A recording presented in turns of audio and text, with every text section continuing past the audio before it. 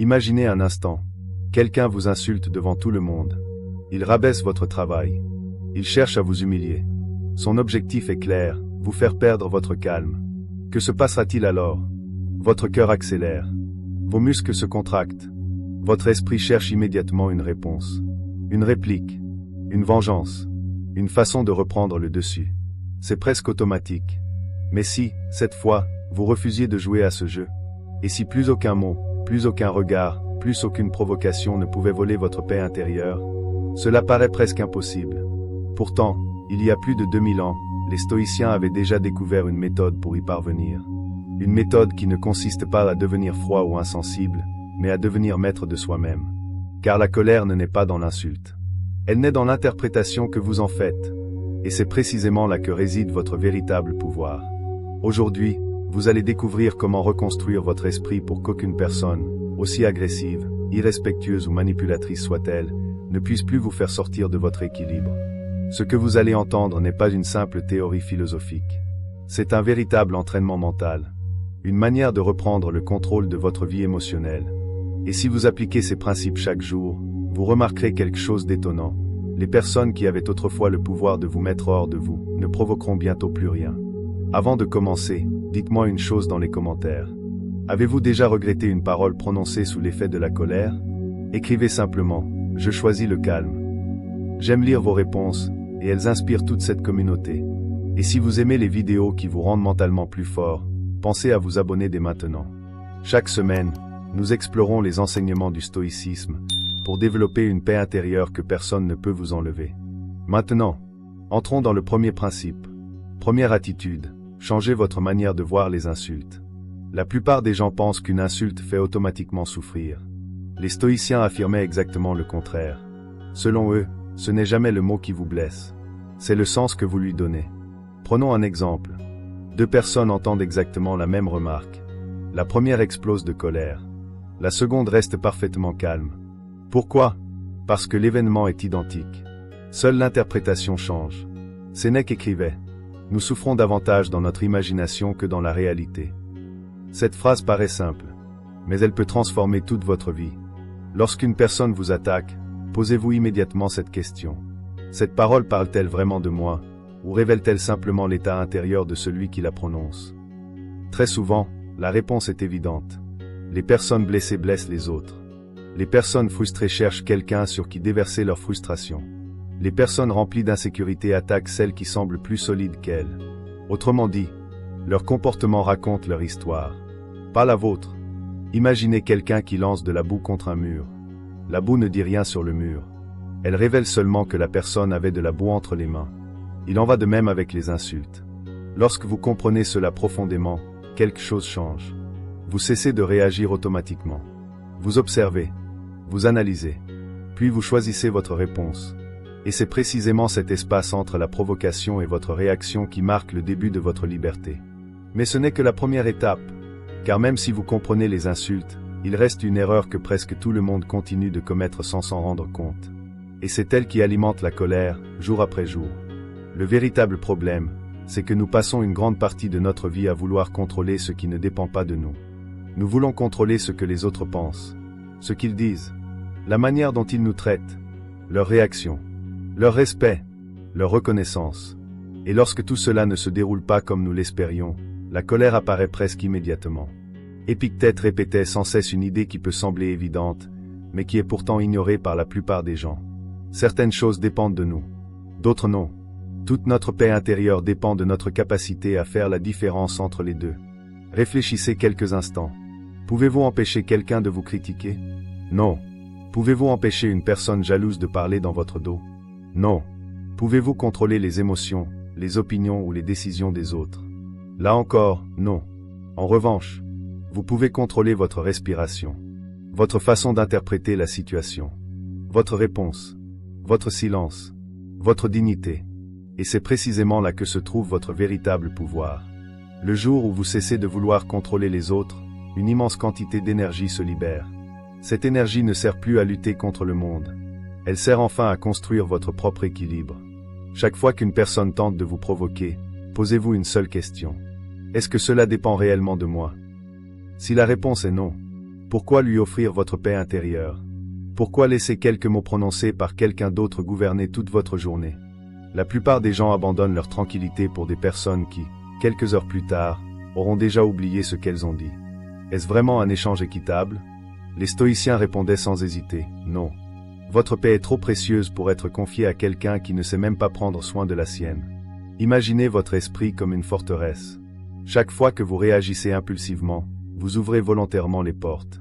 Vous invitez le chaos à entrer. Mais lorsque vous gardez votre calme, les portes restent fermées. Le tumulte reste à l'extérieur.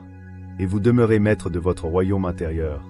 Ce simple changement de perspective transforme profondément votre manière de vivre. Vous cessez d'attendre que le monde change. Vous commencez à vous transformer vous-même.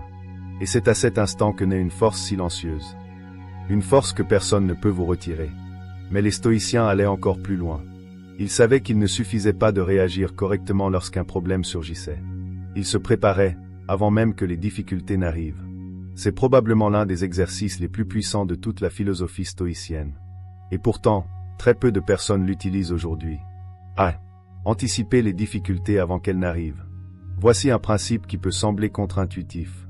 La plupart des gens espèrent que leur journée sera parfaite. Ils s'attendent à ce que tout se déroule comme prévu.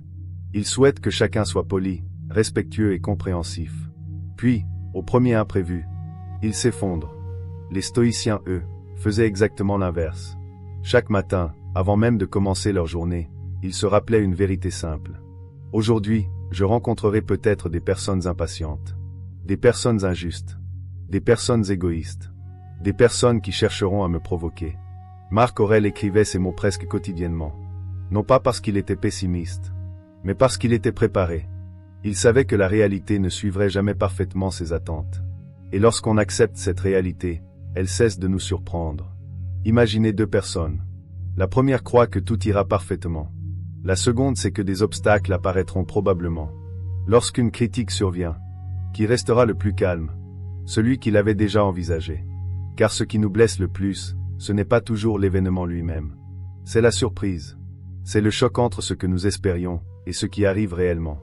Les stoïciens appelaient cet exercice la premeditatio malorum, la préparation mentale aux difficultés. Avant une réunion importante, imaginez qu'on puisse vous contredire. Avant une discussion délicate, imaginez que votre interlocuteur puisse élever la voix. Avant une journée de travail, acceptez l'idée qu'il puisse y avoir des retards, des erreurs ou des imprévus. Pas pour vivre dans la peur, mais pour accueillir ces événements avec lucidité lorsqu'ils se présentent. Alors, lorsqu'ils arrivent enfin, vous ne pensez plus. Pourquoi cela m'arrive-t-il? Vous pensez simplement. Je savais que cette possibilité existait. Maintenant, voyons comment y répondre avec intelligence. Et cette simple différence change tout. Votre respiration reste calme. Votre esprit reste clair. Vos décisions deviennent plus réfléchies. Petit à petit, vous cessez d'être une feuille emportée par le vent. Vous devenez la montagne. Le vent souffle. La pluie tombe. Les orages éclatent. Mais la montagne demeure. Prenez quelques minutes chaque matin. Demandez-vous simplement. Quel défi pourrais-je rencontrer aujourd'hui? Puis ajoutez une deuxième question, encore plus importante. Quelle version de moi-même veux-je être lorsque ces défis apparaîtront? Vous verrez qu'en préparant votre esprit avant la bataille, vous n'aurez presque plus besoin de vous battre. Mais il existe une attitude encore plus déstabilisante face à une personne agressive. Une attitude que très peu de gens maîtrisent. Parce qu'elle demande beaucoup plus de force qu'une simple réaction impulsive.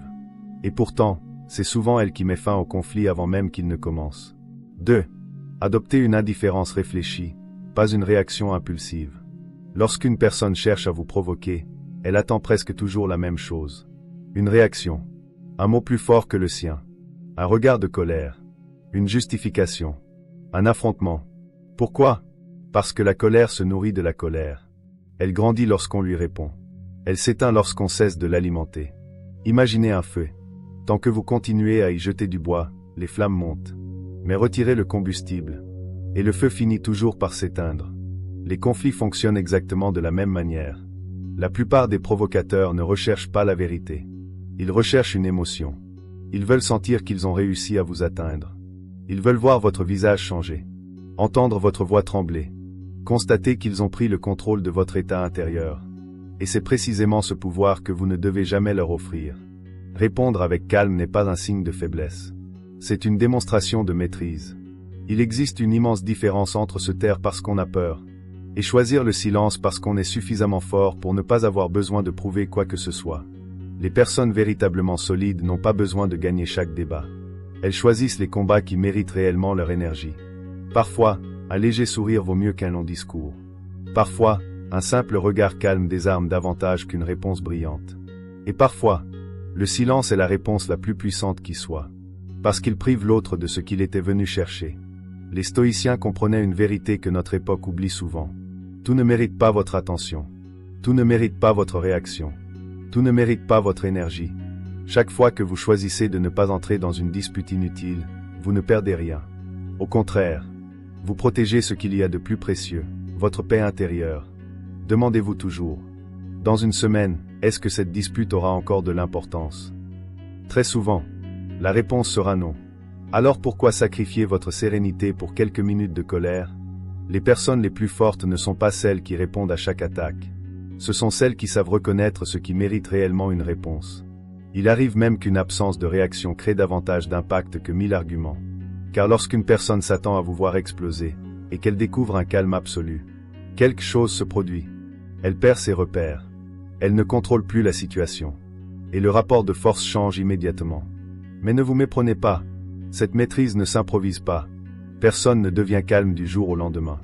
Comme un athlète entraîne son corps, vous devez entraîner votre esprit. Et c'est précisément ce que nous allons découvrir maintenant. Car sans entraînement quotidien, même les meilleures idées restent de simples intentions. 3. Renforcez votre esprit, un jour après l'autre. À ce stade, vous pourriez vous dire, tout cela est logique, mais comment rester calme quand les émotions prennent le dessus? La réponse est simple. Vous ne pouvez pas espérer rester maître de vous-même dans une situation difficile, si vous n'entraînez jamais votre esprit lorsqu'il est au repos.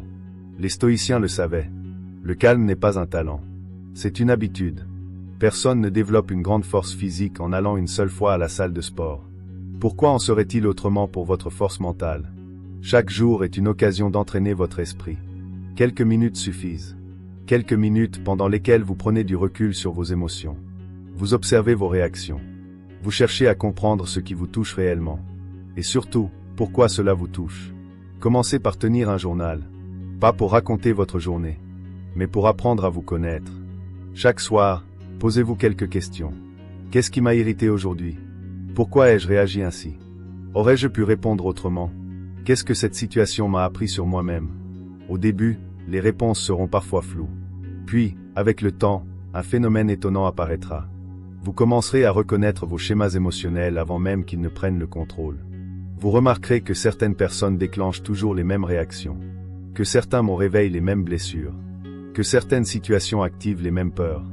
Et dès que vous voyez le schéma, vous cessez d'en être prisonnier. La méditation peut également devenir une alliée précieuse. Pas forcément pendant 1 heure. Même 5 ou 10 minutes de silence chaque jour peuvent transformer votre manière de vivre. Asseyez-vous. Respirez profondément. Observez vos pensées sans chercher à les retenir ni à les repousser. Vous découvrirez une vérité essentielle. Vous n'êtes pas vos pensées. Vous êtes celui qui les observe. Cette distinction paraît subtile. Pourtant, elle change tout. Car lorsqu'une pensée de colère apparaît, vous n'êtes plus obligé de la suivre. Vous pouvez simplement la regarder passer. Comme un nuage traverse le ciel. Sans vous y accrocher.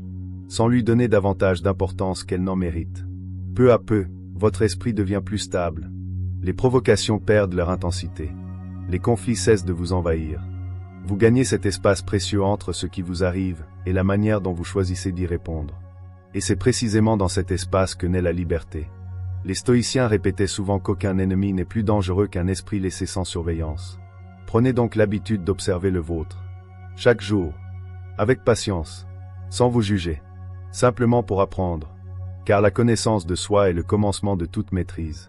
Et un jour, presque sans vous en rendre compte, vous réaliserez quelque chose d'extraordinaire. Les personnes qui réussissaient autrefois à vous mettre en colère n'ont plus ce pouvoir. Les critiques glissent sur vous. Les provocations ne trouvent plus d'écho. Les conflits perdent leur emprise. Non pas parce que le monde est devenu plus doux, mais parce que vous êtes devenu plus solide. C'est exactement ce que les stoïciens appelaient le véritable bouclier de l'âme. Non pas une armure qui vous coupe des autres, mais une stabilité intérieure que personne ne peut vous enlever. Lorsque vous mettez toutes ces pratiques ensemble, Quelque chose change profondément. Vous ne voyez plus les insultes comme des attaques. Vous les voyez comme des révélateurs. Vous cessez de vouloir contrôler les autres. Vous commencez à vous gouverner vous-même. Vous ne redoutez plus les difficultés. Vous les attendez avec sérénité. Vous ne réagissez plus à chaque provocation. Vous choisissez consciemment celles qui méritent réellement votre attention. Et, jour après jour, vous entraînez votre esprit jusqu'à ce que le calme devienne votre état naturel. C'est ainsi que les stoïciens définissaient la véritable force. Non pas la capacité à dominer les autres, mais la capacité à ne plus être dominé par ses propres émotions. Devenir intouchable ne signifie pas devenir froid. Cela ne signifie pas non plus ignorer les autres ou réprimer ce que l'on ressent. Au contraire, cela signifie ressentir pleinement vos émotions, sans leur permettre de prendre le contrôle. Cela signifie écouter sans absorber. Observer sans réagir impulsivement. Répondre avec lucidité plutôt qu'avec colère. Imaginez votre vie dans quelques mois si vous appliquiez réellement ces principes. Les critiques qui vous faisaient souffrir perdraient leur pouvoir. Les personnes toxiques ne trouveraient plus de prise sur vous.